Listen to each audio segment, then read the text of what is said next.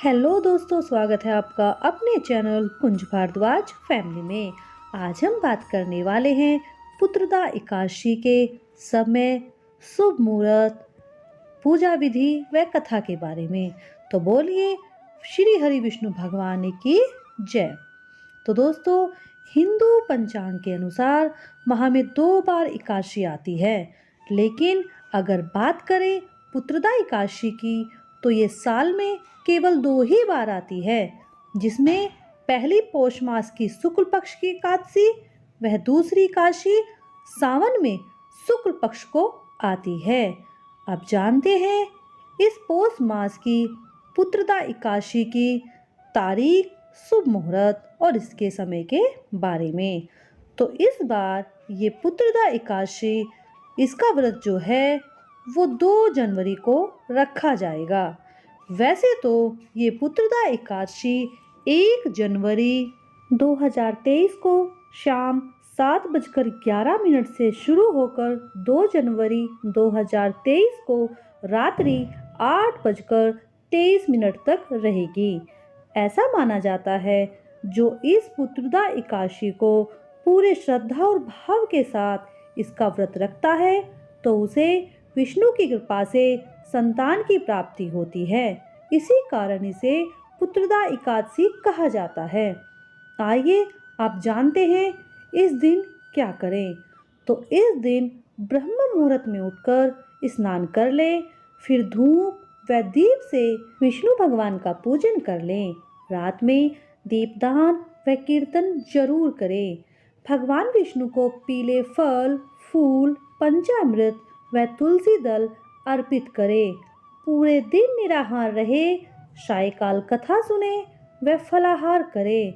फिर दूसरे दिन ब्राह्मणों को भोजन कराकर दक्षिणा देने के बाद व्रत का पारण करें। अब सुनते हैं इसकी कथा। कथा है, भद्रावती नामक नगर में सुकेतुमान नाम के एक बड़े प्रतापी राजा राज्य करते थे। उनके यहाँ कोई संतान नहीं थी। उनकी पत्नी का नाम शैव्या था। वह सदा संतान न होने के कारण ही चिंतित रहती थी। राजा के पितृदेव भी रो रो कर पिंडदान लिया करते थे और सोचते थे कि हमको आगे कौन पिंडदान देगा। राजा के भाइयों, बांधवों, हाथी, धन घोड़ों, राज्य मंत्री, इन सब में भी कोई संतोष नहीं था। राजा को भी यही चिंता रहती थी कि मुझे भी आगे कौन पिंडदान देगा। मैं बिना पुत्र व पितरों के देवताओं का ऋण कैसे चुकाऊंगा। जिस घर में पुत्र ना हो वहाँ तो सदा अंधेरा ही रहता है।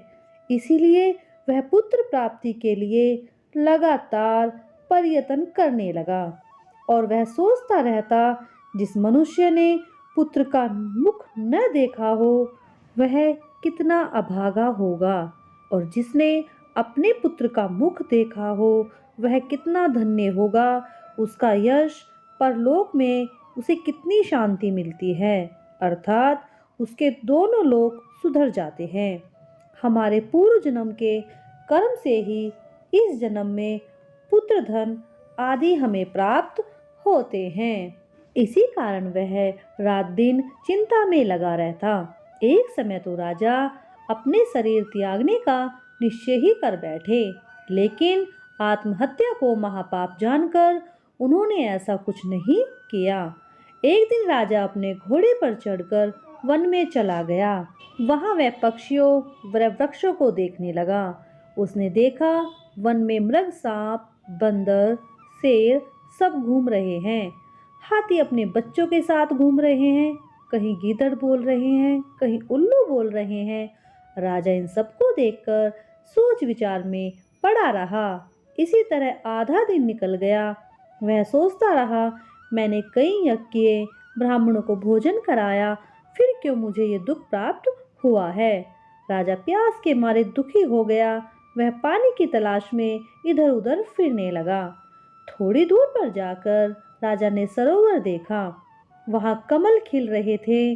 वहां सरोवर के चारों ओर ऋषि मुनियों के आश्रम थे।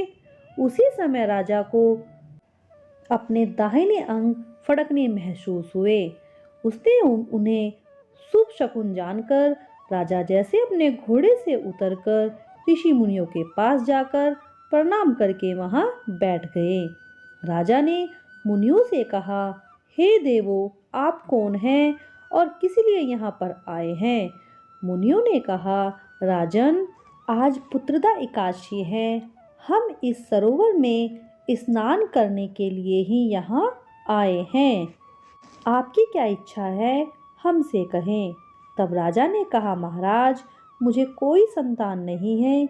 यदि आप मुझ पर प्रसन्न हैं तो मुझे वरदान दे।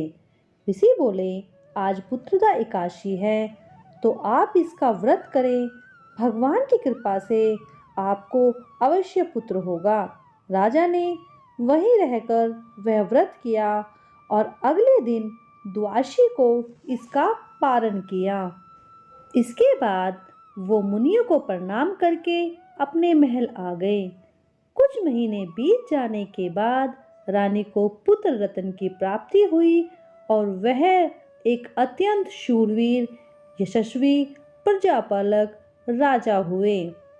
ऐसे पुत्र को पाकर राजा रानी बड़े प्रसन्न हुए। तो दोस्तों, ये थी कथा पुत्रदा एकादशी की।